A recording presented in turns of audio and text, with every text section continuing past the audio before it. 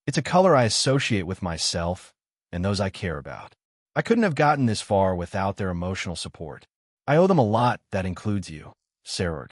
Fwahaha. Is that so? It seems like you finally woke up, Jean. Let us continue then. Sarorg's fighting spirit erupted, and his power increased even more. It'll regulate my power, but will help you, partner. Go. Hell yeah. Sorry for the wait. Sarorg, let's go. I became enveloped in a new aura. It looked like Ultra Instincts, but black with gold, blue, and red. I then went full speed towards Sarorg. Sonic Booster. Doom. I instantly appear in front of Sarorg. I forgot to hold back there, and he hadn't even caught up yet. I held back my power and sent a punch towards him. Dawn. Guh. Huh. Hit in the gut, Sarorg. Small spews of blood come out of his armor-covered fist. We were back to brawling it out. But this time all of Sarorg's punches only grazed me, or didn't hit at all. Each time my fist hits his armor, it broke. But it quickly repaired itself. That definitely will take a lot of stamina from him. Regulus has to be going overdrive here. The entire field was shaking with our clash. Noah was slowly breaking apart. Then the announcer shouted, "It's a fist fight." An incredible fist fight is occurring at the center of the field. It doesn't have any magnificent tactics. It's not a fight of fine-tuned demonic powers. It's a close-range fight like a children's brawl. They hit, and they get full of tactics and strategy. I can see that Sarorg was in pain, but was enjoying this to the fullest. The unique colored aura covers my right arm, as it morphs into that of Trianaruk's gauntlet. I increase my speed, and my fist smashes deep into Sarorg's stomach. I shattered the lion's armor. My fist even digs deep into the flesh of his body. Receiving the punch, Sarorg drops to his knee. His legs are shaking. It seems like the damage is serious. Sarorg struggled back onto his feet. What happened, my legs? Why do you shake? Not yet. This is just the start. Sarorg takes a big step back and stands. Even back then, I dash towards Sarorg and prepare a punch. He also prepares to receive it, but I do a feint and kick his calves instead. If your legs are getting weaker, then he'll aim for them. This also destroys the armor around them. Sarorg trembles, and without a moment to spare, I followed it up by punching him on the face. This time his helmet breaks. I then use my other hand to uppercut him into the sky. I jump backwards as he gets launched into the sky. I raise my left foot and stomp it into the ground. I expand my light wings from behind me and grow cannons out of them. I quickly charge it by feeding it my aura and energy. From Azazel's comment before, you can say that the lion's sacred gear has resistance to projectile weapons. Rather than shooting a blast to destroy the whole area, wouldn't it give more damage if you just concentrate the blast into one point? That's the plan. Minimize the blast area and concertain it. Let's do this. Drake, X-Blaster, X-Blast Booster, Zabobin. The unique colored aura shot out of my cannons and enveloped Sarorg. He was consumed in a large explosion, and the entire dimension shook again. Once it died down, the area below where he landed was completely destroyed. He was lying still on the ground. This isn't the end, is it, Sarorg? I say to the man who hadn't completely been knocked out yet. Sarorg Bale Mother? Is something the matter? Jean had just left us after making a quick visit. It was the day after the youth devil gathering. It's nothing. Jean, he felt strange, as if something was amiss. I guess I was not the only who could tell then. Perhaps I inherited this ability from Mother. I felt it yesterday when we bumped fists. Something fell off with Jean, but I do not know what. Jean will be able to push past it. If the next time I meet him, if he hasn't, then I will provide him assistance. He did help me, and I wish to help a friend. It seems like Jean is slowly getting back to his old self, but something was preventing him from taking that last step. I always thought he was the confident type, but perhaps he always had doubts about himself. Even with that absurd power, this makes him feel more human, as strange as that sounds. Today was the fated day, the day we clashed fists again. I had spent the last few nights with Tila to calm my nerves. I never once thought I would win against Jean in our rematch, but if I can help him even just a little bit, Sarorg, I turned to see Tila with me, as well as my mother. I was waiting in the room that was provided to me by the staff. Mother, Tila, just do your best. Sarah, you're doing this to help a friend. Jean will greatly appreciate it. I know he will. I agree with Miss Lasama. You and Jean-sama are good friends. Aren't friends meant to help each other? Friends help each other, huh? Does Jean consider me as such? I certainly hope so. They didn't have the usual energy, the usual feeling. Jean, come to your senses. There are things where you can only find through fighting. He wasn't moving as he was just looking at the grue shining. Whoosh. What? Light. I could feel a large quantity of many kinds of energies emitting from Jean. What was happening to him? The light eventually died down, and his armor had changed. It was different. What the is this the queen form that I have heard so much about? Everything hurts. Did I lose? Am I down? I did not expect that kind of beat down from him. Whatever happened to him in that short amount of time, he definitely came back. And stronger than ever. This was it. This was the Jean I knew. But I guess this is where it ends. Up. I opened my eyes, and in front of me was the sky of this dimension. I thought I could hear my mother's voice. Sarorg, stand up. Stand up, Sarorg. My eyes widened. It was her voice. How? Sarorg-sama, it seems like someone is channeling their power through me to connect to your mother's voice. Erregulus, didn't you promise me that you will become stronger than everyone? I forced my body to move. I could feel myself slowly starting to rise from the ground. Fulfill your dream, for the world you desire, for the future of the underworld, for not allowing others to taste the pain you felt. Isn't that the reason why you continued to hold tightly to your fist? A world where anyone can position themselves in a place with their ability and not where they were born from. Was that not the world you dreamed? A world where the children who are about to be born won't feel unwanted or unloved. Are you not going to create a world like that? Mother, I felt my body becoming hotter, my heart beat faster. I can't stop now. I can't stop here. Roar.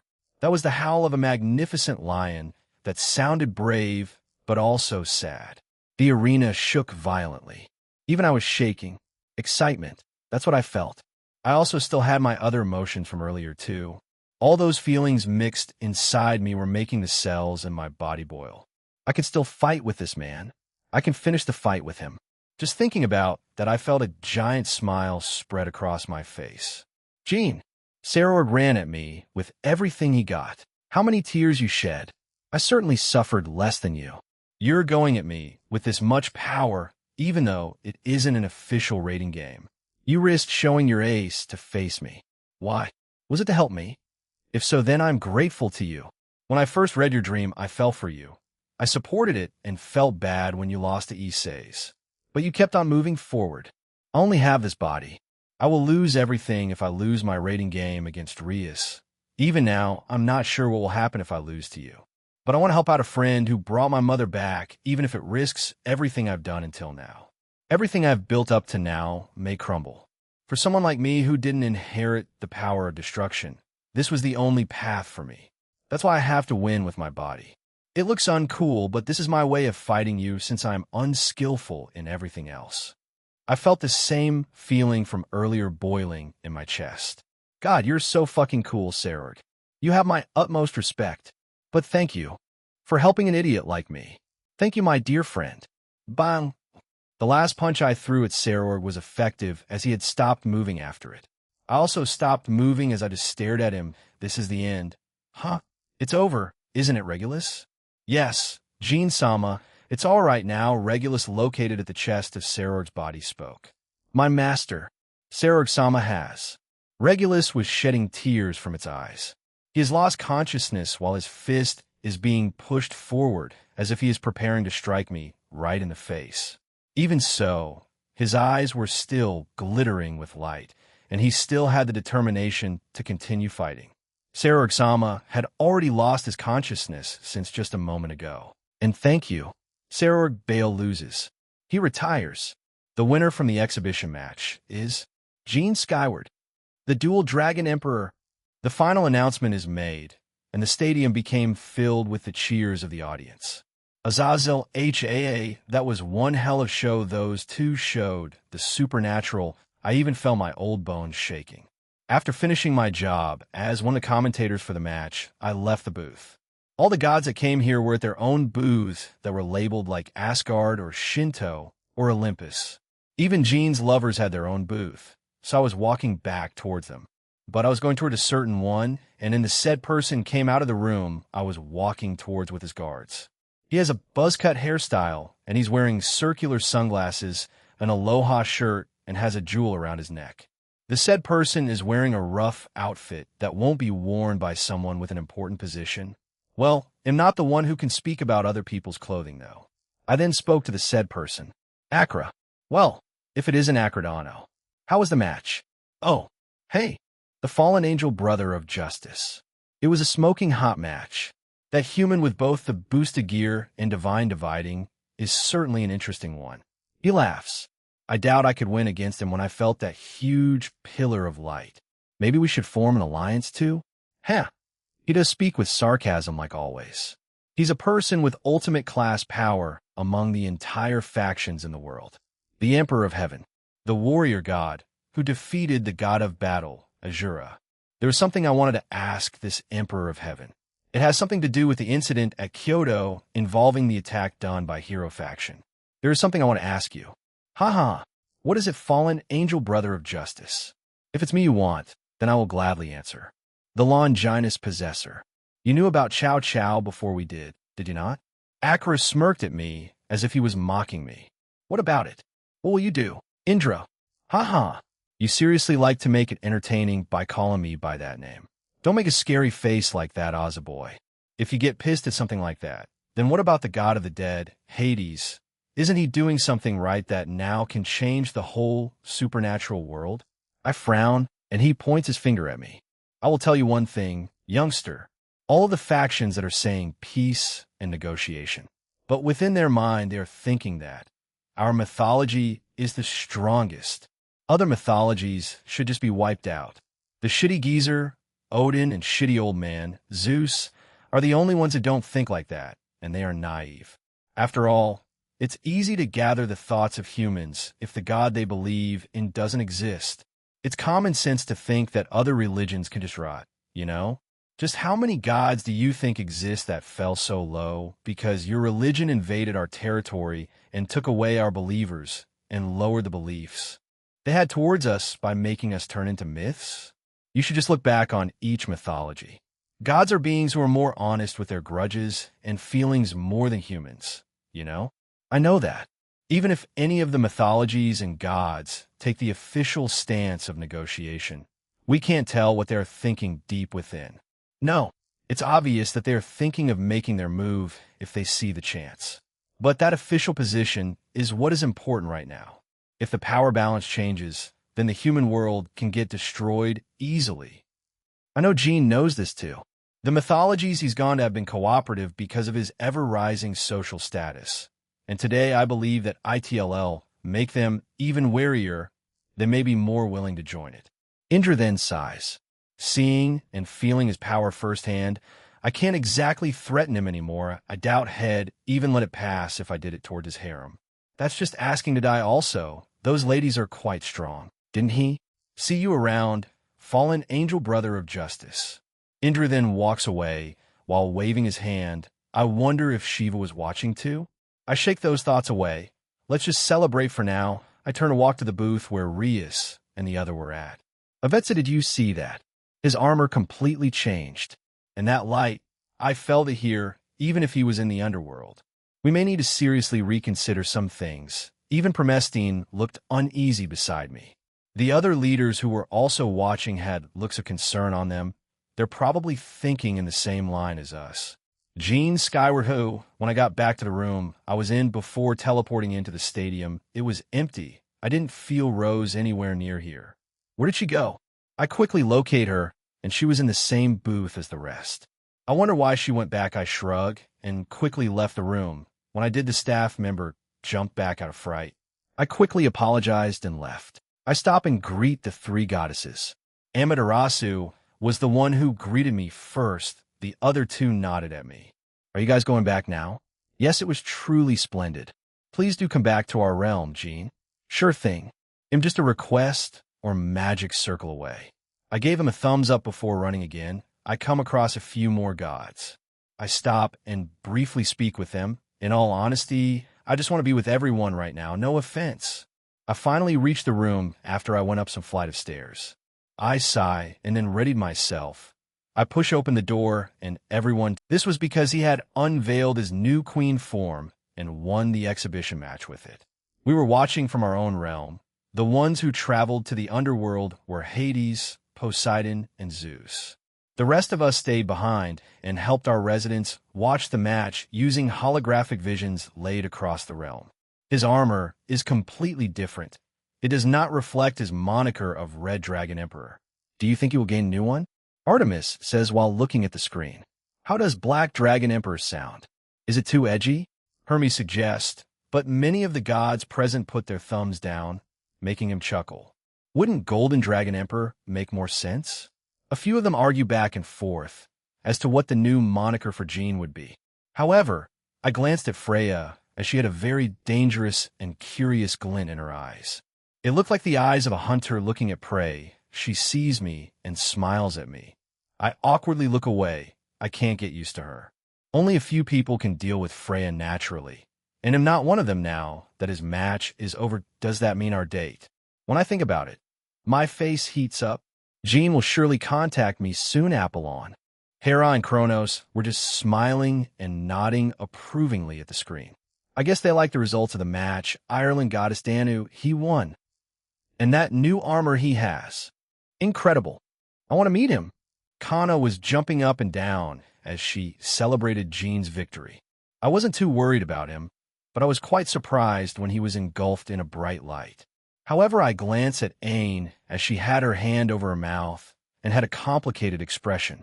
Earlier, she shouted Harem King Sama. Whether she was mocking him or meant it, I do not know. Even when looking at her, she showed that she was also unsure of it. Danu, Aine, amazing, he's amazing. I really want to meet him. When's he coming back? I did feel him come to the country a few days ago. Kana looked at me with horror. Why didn't you say anything? He was on a date with two of his lovers. Kana made a ah sound and nodded sagely. She is reasonable, even if she sometimes wears her emotions on her sleeve. Kana then started to go over the match with a very excited tone.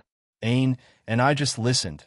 However, Aine's mind was somewhere else as she only nodded absent-mindedly to Kana's questions or statements. What did this mean? Did this match affect her views towards Jean? We did feel his power all the way here. I can assume that the rest of the supernatural also noticed too. More eyes are on him now. Perhaps I can play him a song with my harp when I meet him. That will surely impress him. Kana smiles as she summons a harp and starts to play it. I smile at her. Maybe from what I could tell, Jean still loves our country, so he may appreciate it. Heaven sixth, Heaven Michael, Jean won. Brother. Indeed, he did. It was a splendid match. Gabriel was sad that she wasn't able to go to the underworld when she was invited, but we did compromise in letting Heaven watch the match, so she wasn't too upset. Jean Sama, he really Altaria? As I and the other angels looked over at Altaria, tears were streaming down her cheeks. We became a little surprised, and Gabriel walked over to her and hugged her. What's wrong, Altaria? It's nothing, Gabriel. Forgive me, I became a bit too emotional. Worry not. Jean Sama is fine. This was a step he needed. A step he needed? What does she mean by that? I looked back at the screen as Jean had a big smile spread across his face. His opponent, Sarah Bale, also had a satisfied smile on him. I want to go see Jean soon. Gabriel looks at me pleadingly. Please don't do that. I already feel horrible for keeping you away from him, but we do have our jobs, even if Altaria does a lot of them now with efficiency. In a way. And at times, we do feel a bit useless. The way Father used to govern heaven is almost like how she does now. If you complete the remaining tasks you have, you may leave, Gabriel. That's fine, right, Michael? I nodded. I see no issue with that, sister. If you hurry along, you may ill get going. Gabriel quickly left to finish her tasks. I smile as she does this while the rest of her brothers and sisters have awkward smiles on them. Things will get a little more complicated for Jean from now on. He evolved his sacred gear to a point that it does not resemble the red armor of the Red Dragon Emperor anymore. Toathide, Dan and Luff, a fine battle. Indeed. Cheers. Clank. We were in our usual spot and were watching the match between Jean and Sarah Bale. This was also being shown to many of our people within our world.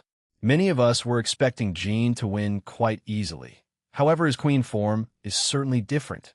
No? I wonder what he will name it. His other forms were called illegal move Triana. Ain was the one who spread the rumor. It was confirmed today as well. I finished Nawada's sentence, and he nods. Yes, not too long ago, Ain came to multiple groups of gods and started to tell us about Jean and Scathack's duel. She also articulated that Jean had used a new form of power with his boosted gear. Not many believed her. However, the rumor did spread across the supernatural world. Nevertheless, there were some who were convinced he was the man who had made many seemingly impossible things possible. Yes, that. Any suggestions? We can even have Ain relay it to Jean. With that, many of us started to discuss amongst ourselves what kind of name he would give this new form. It seems like that burden on him was lifted during this match. I couldn't help but smile.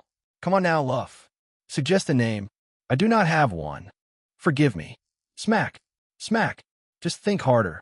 Dagda started smacking my back while laughing heartily. I shook my head. Just another typical day, here land of heroes and giants Daramak. Come hail wow. Wow. Amazing. Jean won. Siobhan was jumping and running around in joy as Jean had just won his match against his opponent. Mom, Dad, I want to get strong too. Isabella and I look at one another in shock. We were aware of our daughter's fondness for Jean. However, I did not think she would want to start training this early. She always had an interest in books and never in fighting. Did being put in that situation from back then influence her? She did say that she saw the Witch of Duin Skaith fight and was awed by it. Are you sure, Siobhan? Don't you want to do your usual hobby of reading books? I still want to do that too, Mom. But I want to be strong, so I don't get into that situation again. Siobhan answers my queen and wife with a determined expression. Not when a child of her age should have that event really did change her. However, it may have been for the better. Isabella had a complex expression on her face as I looked at her. I will support whatever they decide, so I will wait for my wife's decision. Think about this decision more, Siobhan, but if you're certain, then we will support you. Siobhan nods. Yes, thank you. Grigori Tobio accuse, let's fucking go. Baru. Cookie jumped and shouted, which caused Sae and Ajamu to jolt backwards in surprise. Jean had just won his match against the Devil Bale, and also presented his new queen form to the supernatural. Now that's a totally new type of armor, and I dig it. Cookie says while admiring the new armor Jean was donning.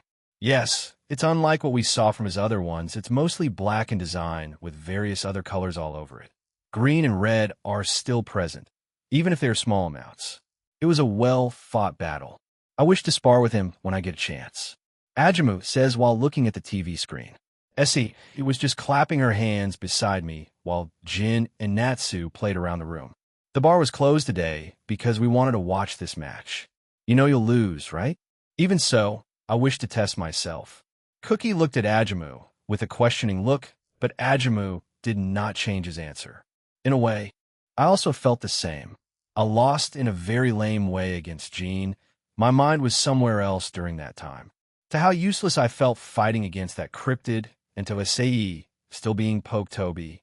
You're making a really scary face right now, sorry. I was just thinking about something anyway. How about we go to Kuo Academy's cultural festival that's coming up? Jean and I have been texting about it. I mean, if we don't get a mission and if you guys don't mind. I asked them. I don't mind, Toby. ITLL be a pleasure to see everyone again. What about your aunt and uncle? They'll be going. I mean, if we don't get an assignment, fine by me. I want to ask bro some stuff. I have never been to a cultural festival before, so I wish to attend it. I also haven't thanked Jean enough for giving me another chance. Looks like everyone was in agreement. He'll inform Azazel about it as soon as possible. I turned back to the TV as the ones in the stadium were still going wild. They were really hyped about this Penemu he won and with a new fancy suit of armor. I swear that boy, H.A. Shuri, says as she gripped Barakiel's arm tightly. My fallen angel comrade just closed his eyes and sighed. Isn't it good, Shuri? I mean, Aquino and Suzuka texted us earlier that Jean looked quite well and ready for it. Ow, ow, ow, ow. Those two are in love with him. Of course they'll say that. But I am happy that he won. You pinching your husband while staring daggers at the holographic vision isn't exactly convincing anyone, Shuri." She then looks at me, and I look at her back. There are also a few other fallen angels here that watch the match. Shemhazai, Armoros, Sahariel, Tamiel, Rainier, Calawarna, Donasik, Middle, and other high to low-ranking fallen were gathered here to watch it.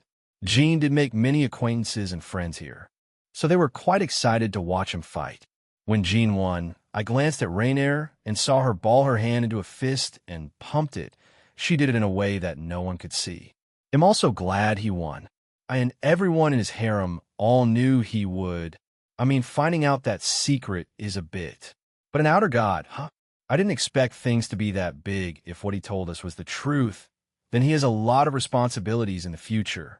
I heard from Azazel that Jean's interested in you, Penemu. Care to comment? Shuri asks me that as many heads in the room turned to me. I felt myself blush and awkwardly laugh at her. Me? Please, Shuri, I'm old enough to be his great times 50 grandmother. That hurt. Saying, ugh, Shuri also didn't know look like she believed me. She stared at me suspiciously before shaking her head and turning back to face the vision. You have a very tough mother-in-law, Jean, even though she already accepted it. Takamagura Yoshitsun, Minamoto, I, and a few of my friends were in Iwabami Sands in watching the match between Jean and the devil called Saror Bale. Haha, he won. Jean Kunshur is amazing. Ha! I look over at Benkei as he gave some praise to the man. We knew for a few days. She then drank from her gourd. Yoichi, Benkei, and Iwabami-san were here with me. There were a few other patrons here as well. So cool. That new armor. Yoichi, after finding out about Jean as the middleman and as the Ippei Dragon, became a Hug fan. He bought some merchandise from the underworld. He was particularly excited when he found out that Jean-san was coming to our realm. But he tried to act cool when he was here, and they didn't interact much because of it. However, he was gifted goggled and a new bow, so he was quite ecstatic with it. Yoichi then summons the bow and looks at it expectantly. I don't think Jean-san added a function that will allow your bow to transform into an armor set. Yoichi, Benkei snickers and tells him the same thing. The two then starts arguing. What a passionate fight. Those two were really going at it, huh? Iwabami says while still looking at the screen. I look back as well and see that Jean was still holding the defeated Bale. He had a big smile on his face. I could help but smile too. Indeed, it makes me want to have a small sparring match with him too. The two stops arguing as everyone turns to look at me. Did I say something strange? I did not believe, so if anything, it sounded quite reasonable after seeing that display.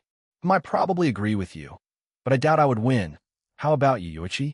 No, thank you, I would lose. It seems these two agree with this at the very least. Iwabami-san hasn't said anything, but she was looking intently at the screen. I wonder what I should order figures to sell for that new look of his. She says that while turning around. She then gained a confused look. What? We chuckle at her. She's only thinking about the future business she can do with Jean. Didn't Amaterasu-sama, Jin-sama, and Reijin-sama go to the underworld to watch it from there? Yes, they did, Iwabami-san. They received the invitation from Lucifer-sama and Azazel-san. I answer Iwabami-san's question. Yes, a few days after Jean left, we finally got in contact with the Devils and Fallen. They have offered to do some cultural exchange with us, as well as the Norse gods and Irish gods. We are looking forward to seeing what we can do once their help and research come to us. Perhaps we can create our own sacred gears. It sounds like a stretch, but rumors say that Azazel, the governor of the Fallen, has created some. Ow, ow, ow. Stop. Benkei. My thoughts were interrupted once I hear Yoichi screaming. I look over to them. Benkei's gourd was on the ground, and the sake was spilled over. She had an angry look and choke holding Yoichi. What in the world are the two of you doing? Tirnanog, Queen Mia. Yeah, thanks for inviting us over, Mia. It has been a pleasure being able to watch this match along with all of you. It is no problem, Oberon. I thought it would be better to see this together. I would have liked to gather more, but time wasn't on my side. I had invited both Queen and King of the Fae over to Tirnanog. We were in my home.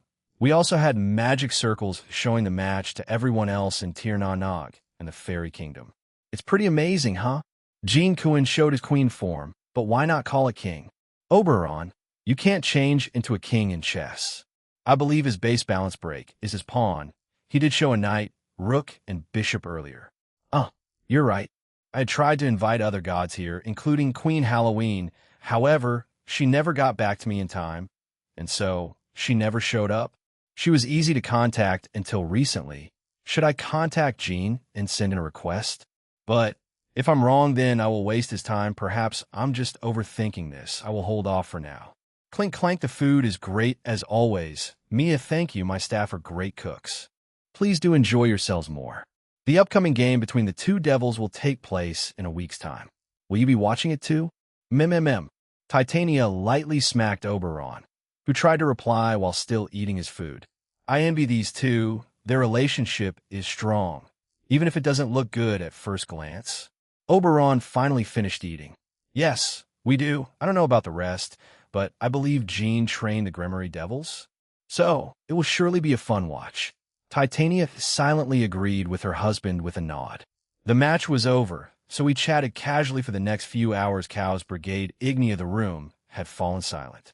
We all vaguely knew of what was to come when Father reached this. We were watching the match alongside the rest of the supernatural, and it was interesting. Though once he used his queen form, we became silent. This meant one thing. He fulfilled the first part of his evolution. We all were vaguely aware of it thanks to our mother. The situation has been this way since we were created. When your father evolves, your life and mine will end. There is no way around it. Accept it. I would like to think he'll survive in the end. Even so, the agreement I had with Father still puts me at risk when I venture into the multiverse. This is because I'm certain that there are beings out there that can match my strength. Or not. I am uncertain, but I do look forward to it. Well, he's 1 out of 2. One more, and we die. I tell the rest of the room bluntly. Ho ho ho. Then I will go out with a bang. I won't be staying here anymore. Farewell.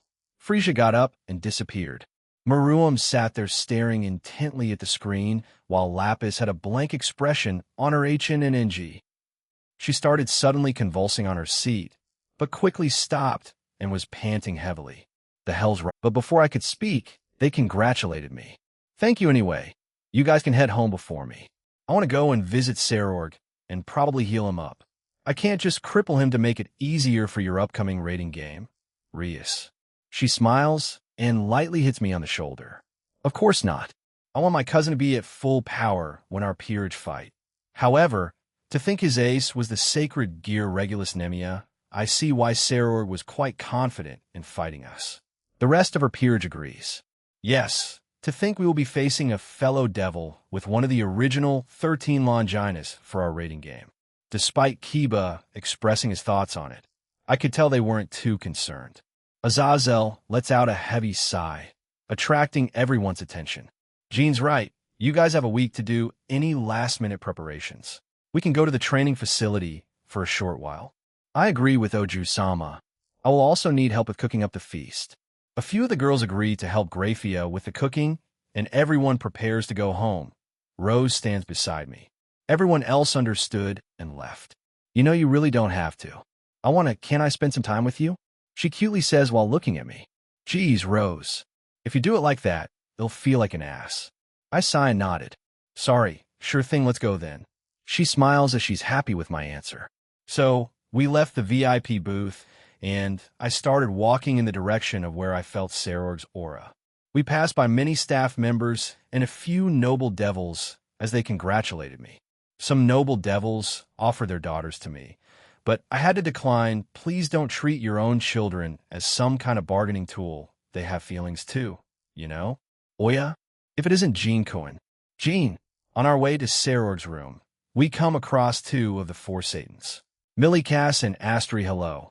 I hope the match was entertaining enough for you. Yin-ni-sama. You and Sarorg-san were amazing. Millie Cass ran over to me, so I crouched down, and we share a high five. He still seemed fired up by it, is that so? Thank you for your support, Millie Cass. It was a splendid fight, Jean. It seems like it helped you in a way. I stand back up and look at Surzex. Yeah, it did. Though how many people helped me along the way. I guess I just needed a good OL fist fight to push me through the last bit. I see we will be on our way, Jean. Rossweiss. Millie Cass goes over to Surzex as they started to walk away. Astery just gave me a small nod and smile. Rose and I continued our journey towards Sarorg. Knock knock. Upon entering the room where Sarorg was, his peerage, mother, and Silvatila Stolas were all present. They turned to look at me and smiled. Jin-sama. Hey, how's he doing? I step into the room with Rose behind me. The two of us went over to Sarorg's side, and he was still sleeping. I looked over his entire body and saw he was mostly okay. But to be sure, I touched his shoulder and healed him. He glowed a small golden glow for a few seconds before it died down. Any visible injuries on him quickly vanished, and not too long after that his eyes started to open. Once it did, he was staring at the ceiling for a few seconds before turning to his side. Mother, Tila, Jean, everyone I see, I lost, huh? Haha, he says tiredly, and then sits up, then sighs. My second defeat to you, Jean, but I don't regret it. I feel like I grew in our match. I certainly will be ready for my rating game with Rias in a week's time. Geez, man, I know I just healed you, but take it a little easy. There's a week. You can afford to relax for at least one. He looks at me with a little surprise before he laughs like he usually does. Yes, I will take it easy for the rest of the day. Excuse me. We turned around when we heard a voice. I recognized the aura. It was Surzex. I did feel Millie Cass and Aster's aura leave while it stayed. I wonder what he's doing here. Ja, Jean Cohen, Sarorg, everyone. I'm sorry if I'm interrupting anything. I'm just here to congratulate the two of you. It truly was a magnificent fight. I feel strongly about that, including the other higher-ups and other gods who saw it. It will certainly be a fight that is talked about for the next months, even years. Sarorg, I can say that it made me feel hopeful for the future generations after seeing that. You surely inspired many young devils, young children of the supernatural, to be like you. Thank you, Surzex Lucifer Sama. Sarorg bowed to him from his bed, as did everyone else. Rose and I just stood there watching it. Then he turns to me, making me confused. He chuckled at this. If I remember correctly, Kiba, Aquino, and Issei were the ones to get promoted to middle class after the rating game. Now, I wonder who'll take Icy's place for the promotion. Maybe ITLL be decided once the game concluded? I mean, they most likely be judged on performance. That makes sense, Drake. But I glance at everyone in Sarorg's peerage. They were high class to middle ultimate class, not including Regulus and Sarorg. Keisha is the strongest at ultimate class. Well, she is the queen of the group.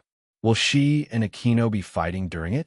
I wonder how that will go, but I can see Aquino winning, not including the large power gap. That's all I was here to say. Good luck on the rating game, everyone. Until we meet again. Surzex smiles at us before turning around to leave. I also turn back to them. They'll get going too. They'll be watching your game with Rias in a week's time. Good luck, right? Thank you again, Jean. I turn to look at them as they gesture to step further away from the room. We walk away and then stop to talk. How can I help the both of you? Yank. One moment I was standing normally. The next I was in Miss LaBelle's boobs. She had pulled me into a hug, shocking the ones around us. I didn't know how to react, so I just stood there. Thank you. I do not think I conveyed these to you enough. For helping me with my sleeping disease and to helping my son. Even if he lost to you today as his mother, I feel like he grew again. She finally lets me go, and I take a step back. It's no problem, Miss Lissan. Heck, Sarah did as much for me too. So I guess we're even in that regard. She just smiles at me, and I turn to Keisha, who is still a bit shocked. I also want to thank you, Jean-sama. Those words you told me during that night stuck to me. As well as A anyway, I just wanted to thank you. I have moved on, and F found someone else I'm interested in. Here we go. Smack. Bonk. Boom. Don. Jaya. What the hell are you two doing? Really? I hope it comes to fruition this time, then. Igriegajis. Then excuse me. Fufufu. A maiden's heart is complicated, right? Goodbye for now, Jean. Once that was done, the two of them headed back to the room, and I turned back to Rose. What an emotionally exhausting day. Let's go back to our home, Rose. Yes, let's go back home 4 days until rating game Kuo Academy Rock. Paper. Scissors. God, he has a good grasp on it, too. What? No. I was brought out of my thoughts when I heard Kuda screaming. I look over to him and saw him on the ground. I give him a strange look, and then Skyward Sama, a cute first-year girl, is here to see Najima. says to me while patting Kuda on the back. I nodded and got up. He's taking this a lot better than I thought, and never mind actual tears are streaming down his cheeks. I quickly left the room and found Ravel outside. Ravel? How can I help you? Here. She takes out something from behind her and hands it to me. It's a letter? Wait a minute. Is this the famous love letter from anime? I was a little speechless, but decided to open it since she wasn't leaving or stopping me. I quickly read over the contents of the letter and chuckled to myself. I see it was a letter from Lady Phoenix and a small section by Ravel. It basically asked if she could live in my home. I look at the girl in question as she was blushing quite hard. Sure thing. You could do it today, right? Why, yes, cool. I can help you bring them then. Just take them to the club room after school. Ravel quickly dashed away while still blushing. I guess it's fine, right? She's progressing at her own pace, the same with Keisha. Tug, yank. They'll seriously consider it. So give me advice. I was yanked back into the classroom. During that brief interaction between Ravel and I, there were multiple students watching. Some wondered if she was giving me a love letter. Ravel, I know her parents, and that letter was from them asking me if I could let her stay in my home as she studies here. Geez, you guys need to chill. But they fell back in horror. The other more reasonable ones understood it and went back to what they were doing. Najima began to point at me. How many are living with you now? I'm pretty sure Akino-san, his foreigner girlfriend, Ingvild, and a few others. This guy seriously has a harem. Kuda and Najima come to a conclusion that they should have arrived at a few months ago. I just sigh and shake my head. I headed back to my desk and let them talk amongst themselves. After school done with festival preparations for the day. You have everything with you, right? I ask Ravel as she brings over one last suitcase and puts it on the ground. In total, she had around 25 large suitcases. My mouth twitched. If I had to carry that normally, I would rather die. Why do you need that many? Why do women need so much clothing? Am I just a slob? Well, you wear the same thing nearly every day, just with a bit of change. Like a different colored shirt, but the same design and brand. Apart from the few times, Jean, your clothing selection sucks. Thanks, Draig. Velgrind very encouraging. I will help you pick out clothes in the future. Be ready. If I could hit you right now, Rudra, I would. A lover's quarrel, Jean-sama? HAA. I'm here. Ready to go. Everyone else snickered at me, making Ravel even more confused. She doesn't know yet, but it's fine. I summoned a small capsule and put all her suitcases in it. I'll give this back to you when we're in my house.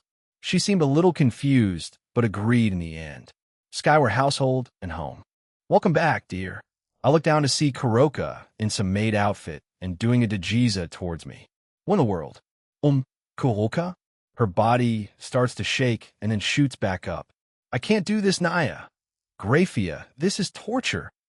She looks towards the kitchen and Grafia, Reiko, and they were there, all of them wearing the same maid attire as her. Did you not say you wanted to try being a maid, Kuroka? I'm sorry. It's too difficult. I don't want to anymore. Grafia shook her head and sighed. She comes over to me and sees Ravel. Ravel-sama, are you moving in today?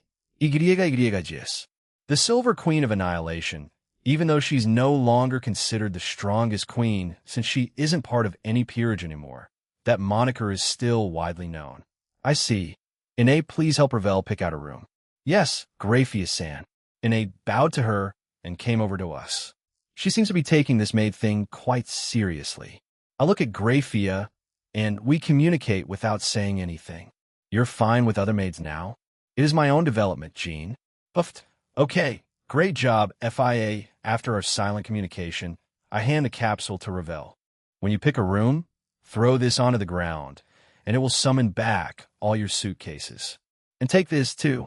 Do the same thing. And ITLL, make your room 3 times as bigger. Seeing as how much stuff you have, you'll probably need it. Why yes, thank you very much, Jean-sama. Please follow me. Ravel nodded and followed after an A. The two of them headed upstairs. During that time, everyone else left to do their own thing, so I was there with Rose. I sensed that the Grimmery peerage was already down at the training facility. They don't stop, do they? Their rating game is drawing near after all. I know Rose, and I spoke briefly before going into the kitchen. Kuroka was being grilled by Grafia, and was being put through her maid training. She looked a little clumsy. She even looked at me with puppy dog eyes. No, she's an Akomada, so kitty cat eyes. But I'm sorry, I won't go against Greyfire's maid training. She seems very serious about it. Even Reiko was taking it seriously. Why, though? Later that night, Nine, I could hear Chiron and Kuroka arguing through Naya's. Why? I do not know. I wasn't planning to stop it, though. I was currently in Shigen's room as she played her piano. She was a little frustrated with the constant Naya and G. So, I put a sound barrier around us. She looks back at me with a thankful expression and continues to play. By the way, Shigen, where do you want to go for our date? Shigen stops playing the piano and stares at me. She closes her eyes and thinks about it.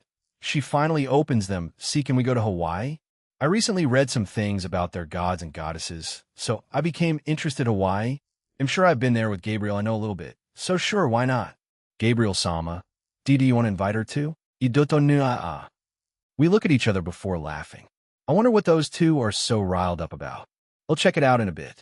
One day before Raiding Game Japan, Kuo, I was out buying something for the club, since we need some items for our attraction for the cultural festival. Rose was with me, and I stopped by the place where my future restaurant will be. This wasn't here a week ago.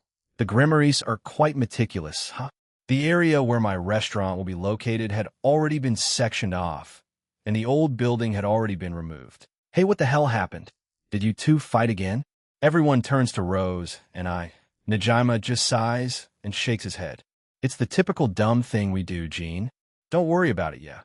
But we got caught this time around. How unfortunate. Sona just shakes her head and lectures them for a little bit more before letting them go. She then turns to us. What was the reason? Something about paper airplanes, paper airplanes? I look at the two as they walked away. They were already buddy-buddy, acting like nothing happened. I see you, all right? Good luck on your rating game. Sona, Tsubaki. Yes, thank you. Your match with Serorg was also quite entertaining, Jean. We must get going. Goodbye for now. Sona fixes her glasses before leaving. Tsubaki gave a small bow before following her king. Rose and I made our way to the club room to finish up the final parts of our attraction. Later that night, Skyward household, but my question is, how will the dice thing turn out? The higher-ups and the ones running the rating game should know how powerful the Grimoire Devils are. I wonder if Rias will be the same number as Serorg. Both may be 12, meaning they can only go out when the maximum number is rolled, Jean. I was in the backyard reading a book while I thought of that too. I heard a voice behind me, and I turn around to see it was Ingvild. She walks over and sits beside me. Oh, hey, Ingvild. I was just reading something out here. Do you need something from me? She shakes her head. No, everyone's just busy with their own things. I heard from Rossweiss that the area for your restaurant has been cleared up. Yeah, it shouldn't be too long now until it's constructed, and I can start my business. I'll probably spend most of my time there, as well as doing my job in the supernatural. I'll probably only go to college for exams or something. They'll let my avatar deal with it. She wasn't really there for anything specific. She just wanted to hang out. I was up at the top floor of my home. I thought of taking a dip in the jacuzzi, but held back against it since it was nearing 1 in the morning. Almost everyone was asleep, save for a few that are still up for whatever reason. I feel like this was becoming a more common thing since I'm up here a lot. It was in the backyard before Shuffle. I turn around to see Rias there.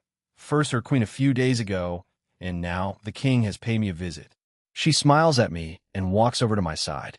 We silently look over at Kuo as a small breeze hits us. How you feel about tomorrow? Our strategy meetings have been fruitful. Ravel has also joined in on them and gave her opinion. She's a smart girl. I can see her being a king of her own peerage when older. She's certainly smarter than me. I look at her in a bit of surprise. She looks back at me unamused. I didn't think you would admit that right away, no. Am I in denial? She's grown a lot since we first met. This makes sense. Rias doesn't see herself as like some genius with a quintillion IQ, but she is smart, since she did come up with plans on the spot during the 5 and 15 years in the pocket dimension. You need a rook and pawn, right? Why not have Kanami or Ravel? Ravel for maybe rook? In canon, Rose was made in her rook, but she specialized in magic, but all her bishop pieces were already used. But it did help her a bit since it increased her offense and defense. But rooks are usually slow, maybe Kanami? She is already fast on her feet. The increase in offense and defense should be beneficial for her. She's also been wanting to increase her lifespan. I did offer her that, but she's been thinking about it. I don't think Ravel will join my peerage, but Kanami has said she may. I have only seen her use it a few times in the pocket dimension, but it does have some functions like my scale mail. She can make boosters from behind her. It also increases her offense and defense, as well makes some attacks she does easier. She can even use the Dragon Blaster. I'm pretty sure she calls it Extinction Blaster, though. As I said, I only saw it a few times. I see. Let's make it complete then. She seemed confused by this. I chuckle and poke her forehead and gave her a bit of permanent draconic energy. She jolted a little and looked at me confused. I essentially made it easier for her to transform into it and made it a little more solid. I tell her this. Thank you, Jean. We sat down on a bench and spoke for the next few minutes on what their strategy for the game will be. Rhea seemed a little more relaxed after I made her new form complete. Underworld Agar's territory, we were back at the same stadium, and I could feel many auras from a week ago were also here. I was going towards the Bale team's room, first before joining the Gremmaries. Knock, knock. The door was... Jean, did you need something? Sarah approaches me, and we bump fists. No, I'm just checking up on all of you. You guys ready? They had confident smiles on them and nodded. Sarah sees this and nods approvingly. As you can see, we're in top form for today's match. We will be going full throttle from the start. I see that. I wish you the best. Go kick ass. He nods, and we bump fist one more time before I leave for the Gremmery team's room. I roam the hallways when I come across Roygun. She was with Oleander, her queen. Roygun? They both turned to me when I called her out. Ada, if it isn't Dual Dragon Emperor Sama. You hadn't contacted me in a while. You know, we texted like 2 days ago. I would say that isn't a while, you know. Anyway, how have you been? I glance at her and then to Oleander, who nodded. I guess he's the same as ever then. Hoo-hoo-hoo. We're here to watch this rating game, as both are rated quite highly by many in the current rating games. I do look forward to it. We must be off now. Until we meet again. Jean, she blew me a kiss before. She does seem like a handful to deal with on a daily basis as I was finishing my pep talk to everyone in the Gremmery team. A certain man came into the room, pardon me. Erudise, Oni-sama, Rias and Ravel exclaimed. The rest of the team looked at him in surprise. Yes, this was none other than Riser Phoenix. Yo, Eve come, Ravel. I see that you're doing well. He puts a hand up and then goes to sit on a chair. I was more or less expecting this. Since helping him out months ago, he's been on the steady rise to being himself again, while also being less of a douchebag. Aquino got up from her seat and poured some tea for him. He genuinely thanked her after receiving some. I came here to talk about the upcoming match. Basically, today's game has the same amount of attention as that of popular teams competing against each other. Even the seats are going to be filled out. Add to the fact that almost everyone knows that the middleman is close to all of you and has trained you. You can see why it's quite hyped. Don't forget about the previous match between Jean and Sarorg. Many have high expectations for this game. Don't get overwhelmed and just do what you need to do. Your own ratings will change depending on your actions during this game. Remember, rating games are also to entertain the crowd, so make it fun for them. Riser says quite seriously to them. Rias narrows her eyes at Riser and sighs. I said this last night to Jean, but I am not as talented as Sona at coming up with tactics, or your sister Ravel. However, I, along with my family, have become stronger over the last few months. I can rely on them, and they do the same for me. In spite of that, I will always strive to be better. I have many supporting me, Rias declares. Riser has a stunned look on him as he stares at Rias without saying anything. Hey, is that so? But keep this in mind, Rias. Strategies and tactics can be improved over time. They can't be learned in an instant. You need experience as well. I had to go through the same. I hate working hard, but seeing as how I won't be able to compete without doing so in the future, I must. You have a talent. It was all your fates to meet him. Whatever was at play, all of you met him in the end, and that set something in motion. Even if the trait of a dragon drew others to him. He gets up and starts to head toward the door. He stops and glances back. Have some confidence, Rias. These guys and the dragon are your treasures. He blushes and continues to try to hide his embarrassment. I'm a pro, so I have experience, so I can guarantee it. You guys beat me fair and square back then. In my personal opinion, The Bale group won't win today. I look forward to competing against you in the future, Rias. Riser finally reaches the door. I will be rooting for you guys. Win it. Rias smiles confidently. Yes, of course. However, Riser doesn't move, but... Jean, thank you for what you did. I won't forget. With that, Riser finally left through the door, leaving the room to look at where he once was. She went to find the VIP room that Odin was in and wanted to speak with him. Surzex had invited me there, and a few people were there that I knew of. This included the previous Riser who was with Yubaluna. Ja, Jean Cohen, glad you could make it. ITLL, start in a minute. Surzex walks over to me, and we walk back to some seats. Millie Cass greets me enthusiastically. The same with Astery. The same commentators were there, Azazel, Nod, and Diehauser. Now, the battle of the century is about to begin. From the East Gate, it's Saror Bale's team. The crowd went wild. The dome felt like it was shaking to how loud people were screaming. I hadn't noticed this in my own match. And finally, from the West Gate, it's Rias Gremory's team. Another round of cheers. This time it was even louder. Both teams go to their respective bases and waited. The announcer goes through as usual as he explains a few things to the viewers and crowd. There's a special rule in this game. He goes to explain the same rules as the one in canon. It was going to be a die-figure game. In a match-style game, each piece has a value.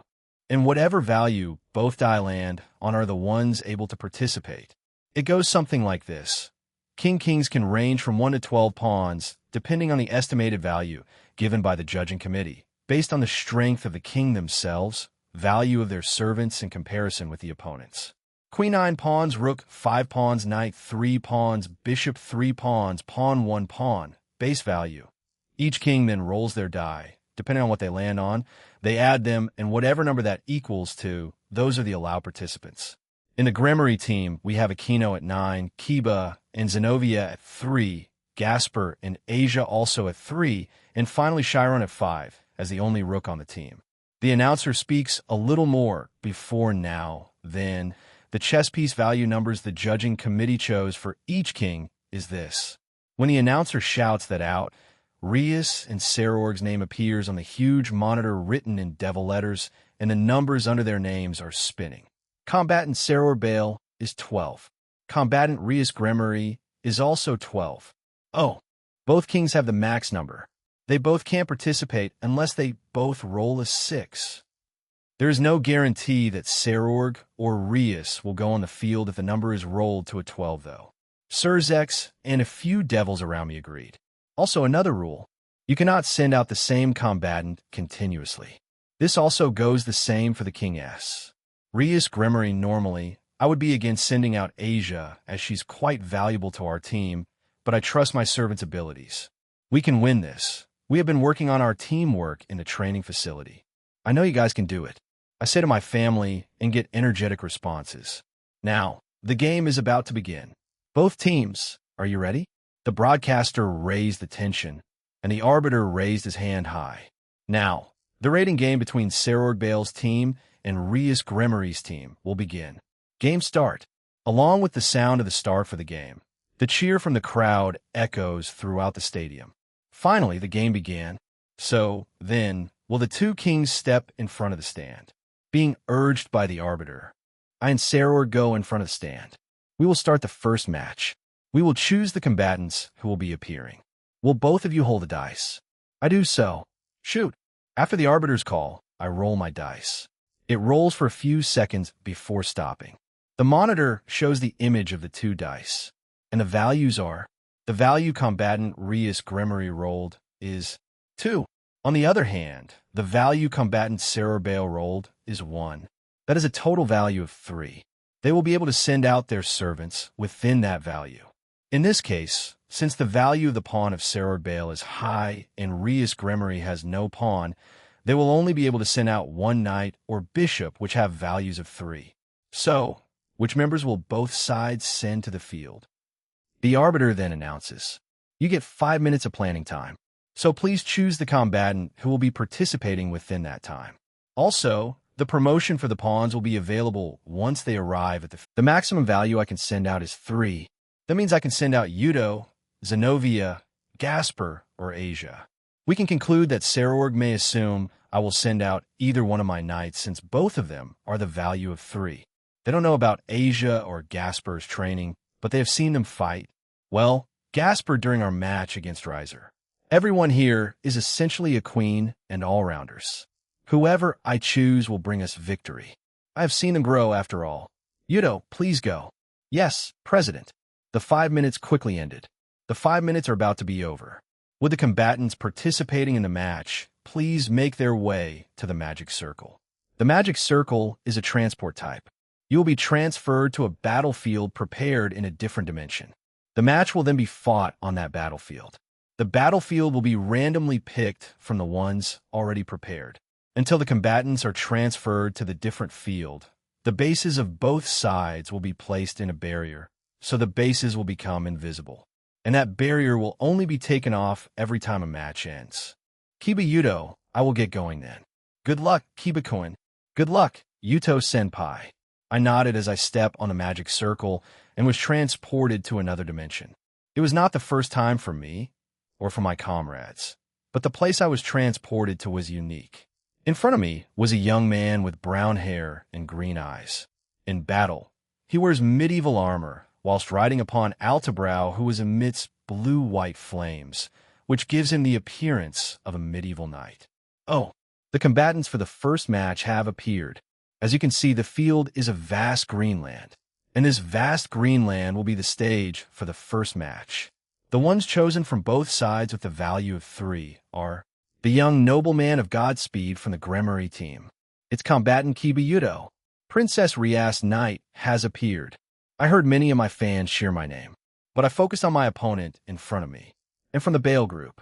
Before the broadcaster introduces him, I'm one of the knights that serve our master Sarorg Balesama, Baruka Furkas. I have luck being a swordsman because I was given the opportunity to exchange swords with the infamous Kiba Yudo Dano of the Holy Demonic Sword by my master. I also look forward to having this duel with you. Without further ado, begin. Both of us take a stance. I challenge you. Let us see if the speed of Altabrow and I can match you. Baruka says as he disappears from his spot. However, I was used to even greater speed than that. Catching.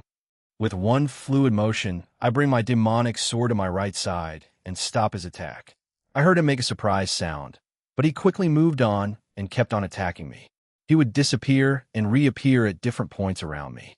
However, I only needed to do small movements to block his attacks. Oh, Knight Kiba Yudo is blocking Baruka Furkas' attack while standing in the same spot. Magnificent!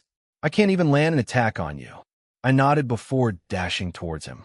He tried to counter, but I did multiple feints, surprising him. I then appeared to his side and kick him. Arg!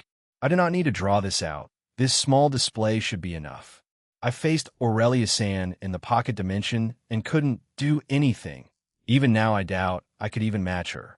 As Baruka-san was still in the air, I decided to finish it. I dashed towards him. I changed my demonic sword into the shape of a demonic katana blade. I saw Jin-senpai do this during the last 15 years, so I observe him doing it and try to replicate it. Sure, Sun, Lion's Song. I sheathed and unsheathed my demonic katana while I passed my opponent. Shing, slice, KSHK, clank, thud. When I turned my opponent, Baruka-san was on the ground, the same with his horse. Both were defeated and were unconscious. Rias Gremory, the team, which dominated the first match, is the Gremory team. Now then, what will happen in the next match? Well done, Yudo. Thank you, President. Yudo had teleported back into our base as we wait further instructions. He was also congratulated by his fellow members. Sarorg and I rolled the die again. The value rolled was 6 by me and 4 by Sarorg. Its total value of 10. This time it's a rather large value. Oh, this time the total value is 10. Both sides will be able to send out combatants within the value of 10. Of course, it's a value where you can send several combatants. I turn to look at my members. 10 is the value. We were inside a building with giant pillars. There was an altar further in it. The ceiling was destroyed, and we could see the outside through it. In front of us were our opponents. A blonde-haired, gentle-looking man equipped with light armor and a sword. Also, a giant man who seems to stand 3 meters tall. And one of the knights of Serorg Summa, Libin Crossel. This big one here is the Rook Gandoma Balam. We too will be your opponents. A silent giant. The Rook Gandoma Balam has a large build. His arms are especially huge down till his fingers. His face is more like a monster than a human. Crossel, one of the former 72 pillars, the descendant of an extinct house. Asia Senpai should be aware of this. The second match starts now. The arbiter announces, Asia Senpai, please support me. Yeah, his teammate gained a surprised look and tried to attack me. I, however, dodged them all easily and jumped towards a downed rook. I held back on my punch as I didn't want to blow a hole through him. But as I approached him, Higandoma was already swinging a right hook at me. I maneuver mid-dash and jump over him. I land on the part of the wall that wasn't destroyed. He punched nothing, and I jumped back down and landed an axe kick on his head. Done? Gandoma. His fellow knight shouts at the sudden development. Gandoma falls to the ground, knocked unconscious. Oh, it looks like the Rook Gandoma is already knocked out by Princess Rias Rook Kaneko. The knight Libin looked annoyed, but decided to attack Asia Senpai instead. Little did he know, doom. His eyes glowed, and I felt the surrounding gravity increase. That should keep you in place for now. I will deal with the supper boom. Libin, the knight of Serorg Bale, flew across the underground shrine and hit the altar hard. While he was looking at me and walking towards Asia Senpai, she had gotten up, covered her body in Tuki, and punched him. Asia Senpai has the nickname One Punch Woman after all. Naisama said her mastery in Tuki is unnatural, even for Yukai standards. See combatant Serorg Bale's knight, and Rook retires. The arbiter wasn't expecting that, nor was the crowd, as they had mostly remained in stunned silence. Our match was over, and we took the second victory. Rias Gremory with the second match finished. The Bale side has 3 members that have retired, while the Gremory side still have their full team. Gremory is in the lead, but we don't know how the rest will play out. Wonderful work, you two. I praised the two as they nodded. Yudo then said, Asia-chan ended it with a single punch, much like many of her battles in the pocket dimension. We both stepped up to roll our dice again, and this time we rolled a total of 8. I look back at my peerage. Who shall I send out? Perhaps Yudo? Yudo and Gasper, please go ahead. Yes, President. Yes. The two of them walked toward the magic circle while chatting. Gasper-kun, if we face against Coriana-san, what will you do? Regardless if I do, I must do my best for my king. Good answer, let's go.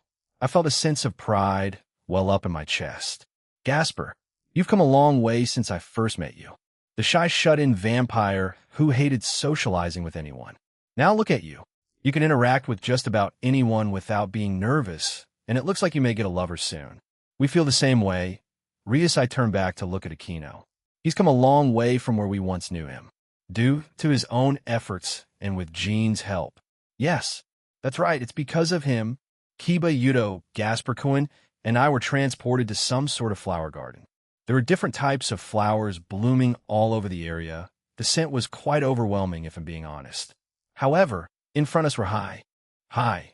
Gasper, I glance at Gasper as he had a face of determination, but also waved back at the female in front of us. Well, there were 2 of them, actually. Both of us had the value of 6. I, the knight, and Gasper, the bishop. In front of us was a person he and I knew very well. Corina Andriolphus, one of Serorg Bale's bishops, and the other was a tall and lanky man with dark green hair and red eyes. How do you do, Knight Kiba Yudo? I am Ladora, Bune, the other Rook of Serorg Summa. The other Rook introduces himself. I see, so it's like that, huh? I look at Gasper Kiba Senpai. Please let me face Coriana-san alone. If you're certain, then I won't interrupt you. Coriana also says the same thing to Ladora. He and I look at one another before jumping away to a different spot of the flower garden. That may be a lover's battle. He says, and I couldn't help but smile and summon a demonic sword. It indeed will be. Best of luck. To you too. Ladora then brings his arms in a cross shape on his chest. H-A-A-A. He exploded in a large explosion of light. When it was finished, he had transformed into a dragon Bune I see. Now, I remember. That's one of the clans from the 72 Pillars. If I remember currently, they are tamers of dragons. It does come as a surprise. He's a survivor and can transform into a dragon. His dragon form is mostly brown and has a look of a Western dragon. Ledora fires a breath attack towards me. Boom! I avoided the attack by jumping to my side. But he doesn't stop his assault as he continues to spew balls of flames at me. I quickly maneuver around the flower garden and avoided the attacks.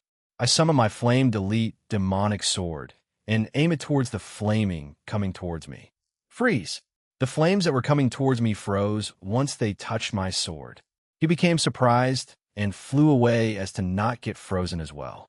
But I didn't let him escape as I quickly followed after him. I appeared above him and summoned Destruction Sword. It required both of my hands to wield, but as the name suggests, it's quite destructive and has a lot of attack power. I brought down the sword on the fleeing Ledora. Bang! Crash! Ugh! However, he wasn't defeated yet, as he slowly got up and I backed away. He fired another, but larger flame breath toward me. I summoned Flame Delete once again and froze the flames. This time he didn't have the strength to move. I appeared in front of him and with one swift motion defeated him. Wonderful! I enjoy our short duel, Yudo Kiba. Ledora says as he disappeared. I desummoned my swords and turned to look at Gasper Cohen and Corianison. Gasper Vladi, who would have thought we would face each other here? Gasper? Corianison, I also didn't think it would happen. However, I will still win this. We have to put aside personal feelings and relationships during raiding games. I had been training relentlessly in the Pocket Dimension. I have many people to thank for helping me GSHHH. That's her eyes widen as she stares at me, a little surprise. Yes, I cover myself with Tuki. I'm good friends with Kaneko-chan, her sister Kuroka-san, Jean Senpai, and many other Tuki users. I thought it might be good for me to learn how to use it. So, I approached them during those years and learned from them. With the use of my darkness and shadow manipulation plus my sacred gear. And finally, Tuki, here I come, Coriana-san. As I prepare to dash towards her, to my surprise, she what are you doing? She started to strip. WY. Also, please don't show your body to the rest of the supernatural. It's indecent. I was stunned in place, as she was already in her bra and underwear. Fufu, I know how innocent you're when it comes to this kind of thing, Gasper, so I thought I could use it as an advantage for our game. Of course, if we did fight one another, Keikiba-senpai is still here, but I did say I would fight her alone. I glanced to my senpai, and he had a complicated expression on him, but he didn't come to help. So, I'm left to face her by myself, then Jean's senpai. It was only a few more days before our match with the Bale Peerage, and I had a question brewing in my mind. I knew of it already months ago, but the reality is closing in, and I wasn't sure if I could go through with it. So, I approached the one person I know who had a lot of experience with relationships. He was making lunch as Graphius-san was back in the Gremory home as she was needed for a job. What's up, Jaisuk? He answers me without turning around. I go over to a chair and sit on it. Our game with the Bale team is near. I have a question I wanted to ask Shoot. There's a possibility that he'll fight against Coriana-san, right? That's right. What do I do in that situation? He stops what he was doing and turns around to face me. He stares at me for a few seconds. It felt a little awkward, but before I answer that, do you like her, Jaisuk? Yeah, I like her. WL, I certainly don't dislike her, but I don't think Jean Senpai will accept an answer like that. He's not telling me to confess, but is he rather asking me how I truly feel about her? I look down at the ground. When she first came here, I was a little weirded out. She started to hang out with me and speak to me about many topics. It was a strange feeling, but I didn't dislike it. It felt a little like how Valerie and I used to speak for hours on end about anything and everything. We still do on occasion, but we're a little preoccupied. I enjoy my time with her. You seem to know your answer. Just think about this. What if another man takes her? Thinking of it like that, I don't like it. I didn't think I would feel about someone like this. Yes, I think I like her. Okay, and what were the rules we had to follow as the only guys in the Occult Research Club? ORC Group's male lessons. 1. A man has to protect a girl. 2. A man has to stand up no matter what. 3. Don't give up. no matter what. I repeat what Jin-senpai said to Kiba-senpai and I a few months ago. He nods satisfied. You know, I had to fight a lot of my lovers during the time we spent in the pocket dimension, but I always held back. I don't know how you'll feel when the time comes, but just do what you think is best. No hard feelings on the rating game field, right? Do what I think is best. Flash. I activated my sacred gear Forbidden Baylor View and froze Coriana in place. She seemed shocked. I'm sorry, but I want President to win this. For her dream in the future. I can't stop here. No hard feelings, Coriana-san. I dashed towards her, my body flowing with Tuki, and punched her in the gut. Dawn. I guess Bitude. She fell to the ground, unconscious. When I looked back up, a large part of the flower garden was destroyed. I didn't hurt her too badly, right? I felt a panic rising within me. It's fine. Jayasuk, she's fine. Jijin Sompe. However, he didn't answer me, but the Arbiter did instead. Combatant Sarorg's bishop and rook retires. Rias Gremory, well done, Yudo, Gasper. Thank you, President. Gasper Kuin did well too. Thank you, Gasper seemed a little tired, even though he ended his duel quite quickly. Perhaps it took an emotional toll on him? It's very likely, as he's quite close to Coriana-san. He goes to sit on a chair and summons a carton of juice and drinks from it. Sarorg only has his lone bishop, pawn, queen, and himself. Left, who will he use? I go up to the stand again and roll the dice. And the total value is 8 again. I turn back to my family president, Rias. Let me go. Zenobia stood up and was looking at me with serious eyes. Her value is 3 as a knight. Who shall I pair up with her then? But before I could think any further, Asia also got up. I want to support Zenobia-san. Asia, I look at the two as they turn back to me. I sigh. Very well. Very well. Good luck, and be careful. Cover for each other's weaknesses. Yes, President. Zenobia Corda Asia, and I arrived in a wasteland-type dimension. In front of us was just a single person. I am Mistita Sabnok, Sarorg Samus' last bishop. I am prepared to put my life on the line, because Sarorg Samus' dream is our dream. The bishop called Mistita. He is a young boy with light green hair and violet eyes, with 2 identical hair ornaments, one on each side. He then summons a staff. The 4th battle starts now. The Arbiter announces. I summon X Durandal, but when I do, I felt a weird shock to my body. He, Mistita, was aiming the staff at me. I felt some sort of weird sensation coming onto my body, but I resisted and broke free. H-A-A-A. W what? H, how can you resist Trick Vanish? It's supposed to seal any opponent's abilities for a short amount of time. He was genuinely shocked. He didn't think I would resist and break free. Trick Vanish? Is that some sort of sacred gear? But he didn't answer and clutched his head. Is the drawback for such a powerful sacred gear painful? I glanced at Asia, and she nodded. Forgive me, you're the only one. Dwash. Bang. I dashed towards him and defeated the bishop with one powerful swing of X Durandal. He didn't try to avoid it, no. He couldn't avoid it. I saw it. While brief, he tried to move out of the way, but couldn't. With no backup or support, wizard types like him are easily taken out of rating games. He had a sad look on him as he disappeared. Combatant Sarorg's bishop retires. The crowd cheered again. All our fights don't last long, so they may be looking forward to seeing Sarorg fight our king. Rias Gremory, I did not think he would have a sacred gear. It seemed to be a rare one at that. He called it Trick Vanish, but I think you can resist it if you're strong enough. Zenobia and Asia came back as I congratulated them in their quick victory. Sarorg only has 2 members left, and then himself. His sacred gear, Regulus Nemia, which is also his pawn, and his queen, Keisha Batten. I stepped up to the stand again and rolled it. It was a 9 this time. And everyone else looked over at Aquino as she got up with her eyes closed. This it should be a battle of queens, unless Sarorg sends out Regulus on his own, which I doubt. Good luck, Aquino-san. Do your best, Aquino-senpai. Her peerage members started to wish her luck. Once she got on the magic circle, she opens her eyes. Thank you, everyone. I'll be right back. Aquino Himajima. I had been teleported into a strange area. There were many giant towers that were made out of rocks, and they were lined up in a strange way.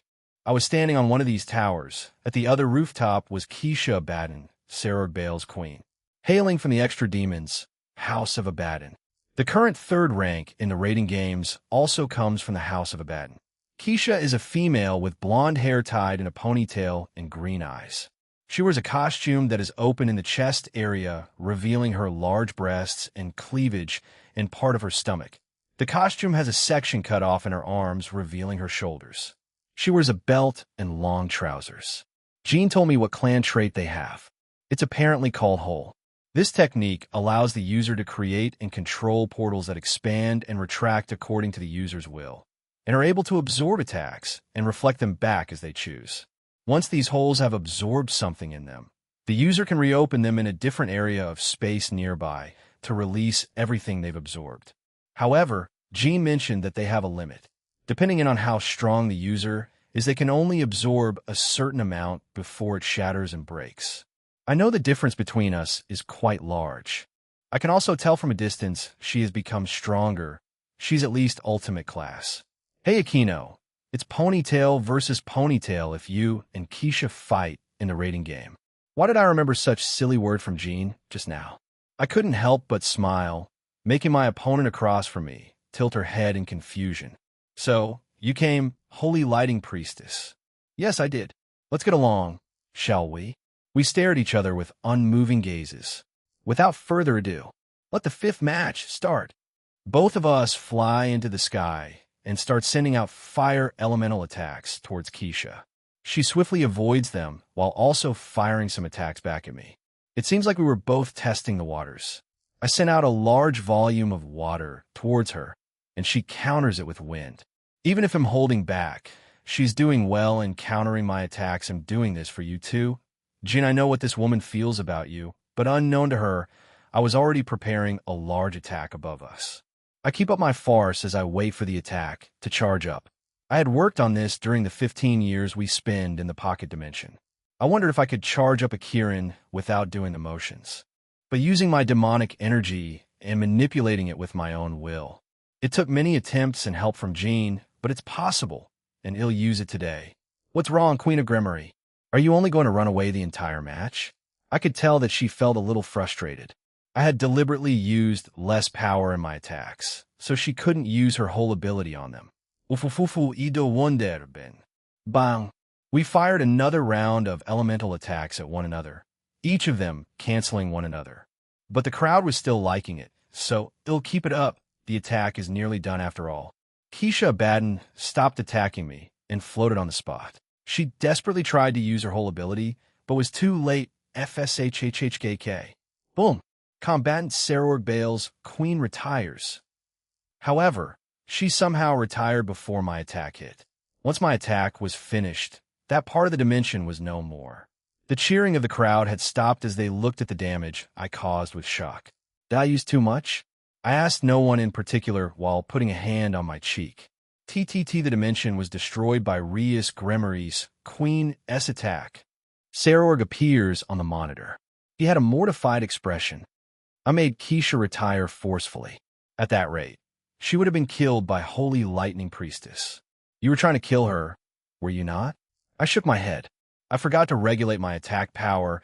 I became too excited at the thought of fighting your queen. My apologies, Sarug-sama. I bowed and heard him sigh. Rias Grimory Aquino, I'm sorry. President, I should have held back a little more. Aquino had teleported back in and was frowning. She was upset with herself. This hadn't happened before, and she was really beating herself up about it. I will go apologize after the game, I nodded and turned back to the stand. One last match while we roll. May I put in a suggestion? Suddenly, Sarorg appears on the screen again. Oh, what might that be, contestant Sarorg?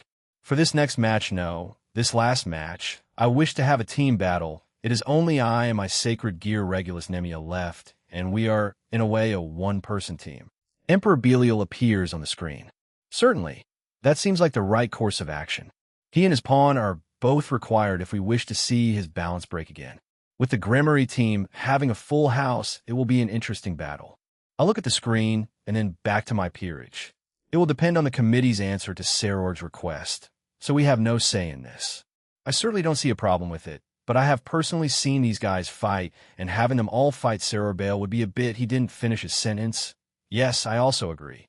It would be a bit unfair, and I don't think the crowd would like it that much. A few minutes go by, and then the arbitrator reappears. I'm sorry for the delay. Everyone, it seems like the committee has decided to deny the request. However, they have suggested something else. It seems like they also see contestant Sarorg and Regulus as one participant, and so will allow for them to both participate in the final match. The next match will have an automatic number of 12, meaning it's a battle of kings then. Azazel and Emperor Belial finish the arbiter's sentence, and he nods furiously with an excited expression. Do both contestants agree? Yes. Sarorg and I agree without hesitation. In this revised scenario, it gives Sarorg a chance to win if both kings are up against each other. I also wanted to fight against him, so it worked out for me. Good luck, Reus. Good luck, President. Everyone wish me luck, thank you. I will bring the victory, everyone. I stepped on a magic circle and was teleported away. The place I was teleported to this is Fwahaha. How ironic. It's the same place I fought Jean in. Sarorg laughs heartily across from me. He had his usual confident smile plastered on his face. Regulus was also beside him, but he did not have his hood or mask on anymore. Reus, there's something I want to say before the fight. Sarorg says it directly to me. Your servants fought well. It is clear to me and everyone else that they care a lot for you too. You are a very caring king after all. It makes me a little jealous. He closes his eyes and gains a serious expression. However, for my dream, I must win this. I will be going all out from the start. Of course, I expected that from you, Sarorg. He smiles at me, Regulus. Sir, balance break. Sarorg dons his golden lion armor once again and goes into a stance. I also cover my body with the power of destruction. Let the final match begin. Seta Org-sama. Princess Reus. The crowd went wild as both of us powered up. One moment Sarorg was far away from me. The next he appeared below me. He was readying to punch me. Don, gun. He sent a punch towards me, but I blocked it with my leg. That part of his armor was instantly destroyed. He backed away once he saw this. If he touches me, then he will get hurt. Now what will you do, Sarorg? I see. That's one mighty defense. Reus, however, I am willing to sacrifice this body in order to win, even if I lost both my hands. He dashed back towards me. I avoided all his attacks. Each and every time he makes contact with a part of my body that I blocked, his armor would shatter, but then instantly repair itself. That was to take a lot of stamina to do. Dawn, shatter. Dawn, shatter. It seems like Princess Reus Gremory is untouchable. The power of destruction that surrounds her body is constantly destroying the armor around Saror Bale's hands. What will he do? He cannot do much. Saror Bale is a power type, while Reus Gremory is more of a wizard type. They're quite incompatible. Add to the fact that young Reus seems to have mastered her clan's trait to a high degree, almost like her brother. Surzex Lucifer Emperor Belial makes an observation and tells his thoughts to everyone. I continue to block and parry Sarorg's attacks. He's quite relentless, however. I know he won't back down. Just because of this, the only way to beat him is to knock him down. I have been training with many people over the years in the pocket dimension. This includes hand-to-hand combat. Just like Jean, I will show that here, right now. Putting a little more strength into my legs, I send a kick towards Sarorg. He sees this and puts his arms up to guard. Bam! KSHHH. I know you won't retire, even if all odds are against you, Sarorg, so I will face you head-on too. I jump far away and gather more of my power of destruction around my body. Slowly, my clan's trait started to form a transparent crimson armor around my body. Crimson chestplate, leg guards, footwear, arm guards, a helmet, and boosters behind me. To finish it off, a single green jewel in the middle of my chest. I recently added this after Jean helped me complete it, a symbol to the man I love. I had thought of doing something like this because I heard Jean speak of his queen form at multiple points while we were in the pocket dimension. My own love for him grew as we spent more time with each other. He helped me know, helped all of us reach this level of power. I personally don't think we would have reached it otherwise. I also have come far. He was the one to show me my faults, and I was forced to improve and grow up. I was in heavy denial for a long time, but eventually started to take it seriously, even if I was just trying to get back at the masked man. Looking back at it now, it's laughable in my eyes. He was perfect, but as time went on, he showed his own faults, his imperfections. We weren't the only ones to grow. He was also growing alongside us. I tend to forget that Gene is still the same age as us. Even if we know the fact that he was 26 in his past life, he admitted that he stopped mentally and emotionally growing for a long time before his death. I know, we felt it that day. The day he used his queen form and grew even further. I want to win and show Gene that I can stand beside him and not just behind him. Can I walk beside him in the future and not be left behind? He's going to have many people around him. What is that? Princess Rias has just created armor from her power of destruction. Governor Azazel. Any comments? I've never seen this before, nor has Surzex mentioned being able to do anything like that at best. He is never mind, I can't say that. But I did not expect Rias Gremory to have an ace like that. First Gene, and now you, Rias. Fwahaha. It seems like you two take a lot from each other. Let's continue then. Kulme. SSSSBHWSHHH. Activating the boosters behind my back, the color of black and crimson. Energy comes out of them and propels me forward. I appear in front of Sarorg and send a punch towards him. However, it seems like he was expecting this, as Gene did the same thing. He was already throwing a punch my way, so our fist collided. Don! Ugh! Wow! Sarorg started to laugh as our fists hit one another. As he continued to laugh, I could feel his entire life's energy being poured into those punches. A man desperate to fulfill his dream. I summon my wings and fly into the sky. I create multiple small balls of power of destruction behind me. There was probably around 100 of them. Sarah grinned at me, and I did a small gesture with my hand as they all fly towards him. Sarah desperately dodges them all and jumps up towards me while shouting my name. Rias. Bam. Crash. Copying Kaniko's move, I avoided Sarorg's attack and axe kicked him on top of his head. This made him crash into the ground. I quickly fly down as he already started to get up. Gene was holding back a lot, and let him have a fighting chance. I'm sorry, I won't be doing that. But I'm holding back in order not to accidentally kill you. Aquino nearly did the same to your queen. I hit Saror with a barrage of kicks and punches, each of them aiming at a vital spot. Don, Don, Don, bam, bam, bam. Each time I hit him, his armor broke and repaired itself. However, that also eventually hit its limit. With one final kick, I send him flying in front of me, just like Gene. I summon transparent crimson-colored cannons above my shoulders and charge them with my power of destruction. Ugh! Is this the end for Sarorg Bale? Sarorg Bale strong Rias has become so strong. I know Gene was holding back during our match to let the crowd enjoy it. But it feels like Rias is quite relentless. It feels like I'm fighting Surzex Lucifer Sama, and I never stood a chance. I feel really uncool now. Gene, you trained them, didn't you? Did you know the outcome of this raiding game before you came into our room? No, you definitely did, but I couldn't help but chuckle. There's still many individuals that are above me now. My cousin, who wasn't this strong a few months ago, can just do this to me. I feel quite proud to be born in this generation. But my dream may come to an end. It won't end, Sarorg. Not unless I have a damn say in it. Jijin. Fwaha, is what you would say, right? I may not be a devil, but if I can help out a friend who helped me out of a rut, then I'll try my best in having your dream realized. Stand proud, Bal. I see boom. Rias Gremory Extinction Blaster. SCHHKKK. Boom.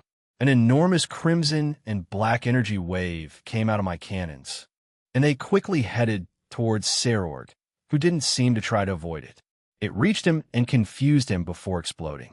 Once the explosion died down, he was lying on the ground, completely out cold. Then his body began to disappear. Resignation confirmed. TT, the winner is Rias Gremory. The Gremory team has won. The crowd exploded in loud cheers and shouting as I exited my crimson armor. One step closer to my dream, but I had to deny another of his Japan. Kuo Day of Culture Festival. Gene Skyward, please line up in one row. Asia, who was in a cute waitress outfit, was making the students line up in the corridor. It's a really long line for the cafe. The ones who had survived the haunted house section were here, lining up for the cafe portion. I didn't think we would be that popular, but lo and behold we are. Shala was the one manning the fortune-telling section, but many males came to the cafe giving me the stink eye. I asked Shala what happened, but she said that they tried to flirt with her or ask her out on a date, and she bluntly replied that I was her lover. Yeah, all right. I can see why they're pissed off at me. Irina was also wearing a waitress outfit, but was the one advertising for our cafe, even though the ones that come here had to go through the haunted house. So I kind of see this as pointless, but I want to tell her, say cheese, a student was taking a photo with Rias. She and many others here were quite popular. The one who suggested this was Griselda. I was against it, but was voted out, so all I can do is sulk about it. But we're charging them for it, so they gotta pay up. Though, Rias did look gorgeous in it. She sees me looking at her and huffs. Jean, come here and help. Hey, I was doing my part too. The most important, in fact. And that would be observing. Shut up and go help. In the distance, I could hear some screams coming from the haunted house. Many weren't of terror, though. Kiba and Gasper were helping out in that section, but it's only for a brief time. The Yukai and Ghost we hired are doing most of the job. I kind of expected that, so all the higher-ups who were supporting Sarah withdrew. I was talking with Azazel as I counted up the ticket sales we currently have. I was taking a break after putting in actual work. He lost to Rias, so this was the outcome. His dream gone well, not unless I have something to say about it. Yeah, they withdrew. It just means that they aren't the kind of people to reach out and help you unless you're useful. If they perceive you as a loser, then why the hell would they help you? It's cruel, and I honestly hate those. Boomers, that's right? I nod.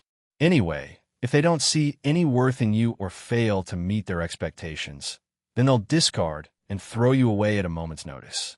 Anyway, Rias manhandled Sarorg. Honestly, you holding back was the highlight of his fights. Well, I won't deny that. From the moment both kings fought, it was already obvious who was going to win, even after I healed him. The way Rias fought was smart, using her power of destruction like that. One positive thing did come out of this for now, at least, is that he's still the heir to his clan. Sarorg is still a strong devil, and they can't just throw him out like that. Otherwise, they'll suffer, even if they have a backup. Bang! Jean! Dude! What the hell? Just then, both Najima and Kuda came into the room. Both Azazel, and I look at them with questioning expressions. What's up? Who's Shala-san? Azazel gains a shit-eating grin before dipping out. Little fucker, come back here. I just sigh and shake my head. Another harem member, deal with it. Both just fall to the ground, done with it all. Just then, Ravel comes back out with more tickets. Jean-sama, I have new tickets. Oh yeah, thanks Ravel. Let's go alright here. Try your chances with this. I take 4 tickets from Ravel and hand them to the two. They instantly regained life. Oh, Sasuga Skyward-sama. His benevolence knows no bounds. Dates. Both of them quickly left, and were probably going to try to get dates for the day. Ravel was mostly confused, and we quickly got back to our jobs. All right, thanks for the snacks earlier, Ravel. They were quite tasty. I'm glad you like them. Jean-sama. So, the Citri group had a flag battle, huh? Yeah, so we had to run around the field, and I'm still dead tired afterwards. I want to slack off. Chiron and I were on another break while we walked around the building with Saji.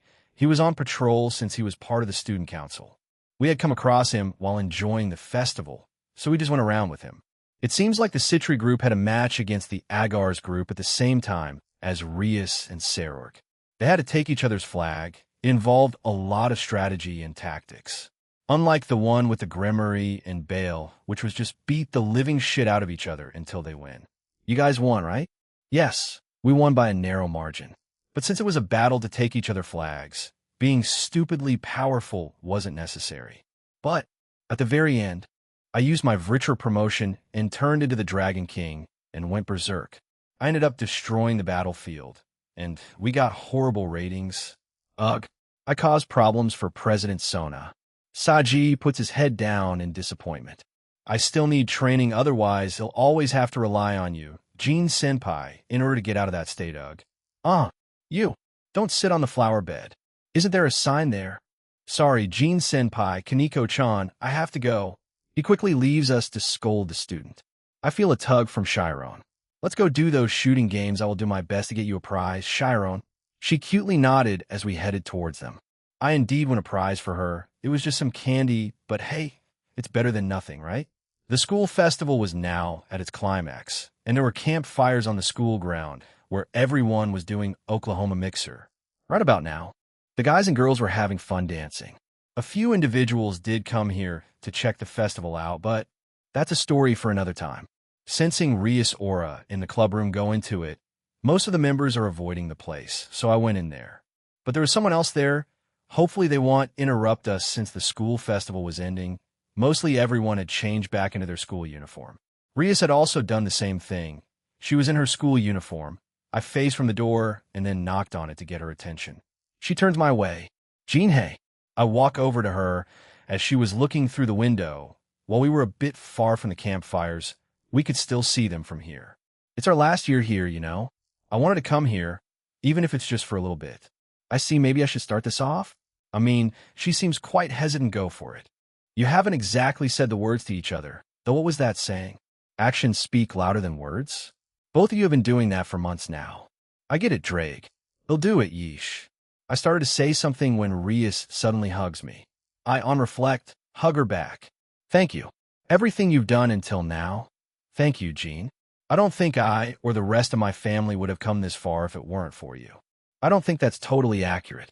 I just gave everyone a push in the right direction, and they got over their own personal troubles by themselves, of course, with a bit of help from the rest of us, but I think saying that will ruin the mood. So, they'll keep my mouth shut. There's so many things I want to say, I don't think we would have enough time in the day if I said them all. But she pulls away from me and looks at me.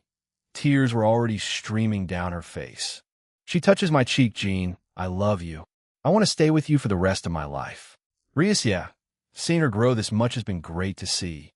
No, everyone has grown. I would like to think I'm also part of that mix. Both of our faces slowly inch closer to one another until we share a kiss. Our kiss eventually ends. It wasn't like the usual sloppy kisses, but just a regular one, but I could feel a lot of emotions from it. We eventually ended up just hugging for the next few minutes. I've been meaning to say that for the longest time now, you know? Yeah, Mal. Slam. Just then, Ravel came into the room wearing an apron and mittens. In her hands was a big cake. She looks at her cake and then to us. Did I interrupt something? Ravel was sporting a small blush as she puts down the cake on a nearby table.